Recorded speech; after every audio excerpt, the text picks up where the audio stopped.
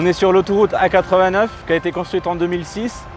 Là, on est sur la portion qui relie le viaduc de la Sioule, donc à proximité de l'échangeur de Pont-Gibaud, et qui relie jusqu'à l'autoroute A71, la bifurcation entre A89 et A71.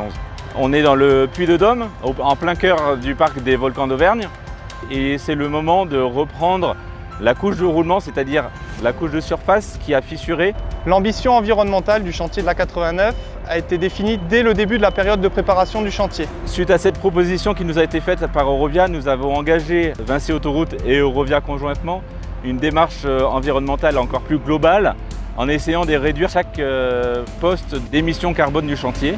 Sur ce chantier, nous avons optimisé tout ce qui était possible pour réduire l'empreinte environnementale. Nous avons utilisé un combustible biosourcé, le Dertal, en lieu et place du fioul lourd. Nous avons augmenté le taux de recyclage. Nous utilisons des formules avec 50% et 70% d'agrégats d'enrobé. Nous avons utilisé un combustible oléosan à base de colza dans quelques poids lourds qui nous permet de réduire notre empreinte carbone.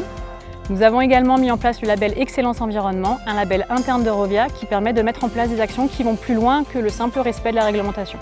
Sur ce chantier, nous avons choisi la réduction des émissions de gaz à effet de serre et la valorisation des déchets. L'empreinte carbone provient à 50% des combustibles et des gasoils qui sont utilisés. Nous réduisons cette empreinte avec le combustible biosourcé Dertal et avec l'oléosan, le carburant à base de colza.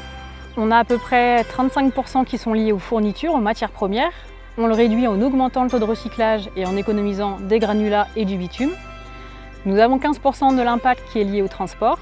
On l'a réduit en économisant de la matière première qui permet de réduire le transport qui va avec, mais également en positionnant l'usine au plus proche de la carrière qui alimente les granulats et du chantier. Nous avons des balayeuses sur ce chantier qui utilisent des grosses quantités d'eau. Nous traitons ces eaux dans des bassins et nous la réutilisons pour pouvoir avoir une empreinte eau plus faible. Ces optimisations environnementales s'intègrent dans la politique environnementale de Vinci. Agir pour le climat, puisqu'on réduit de près de 49% les émissions de gaz à effet de serre par rapport à une solution de base.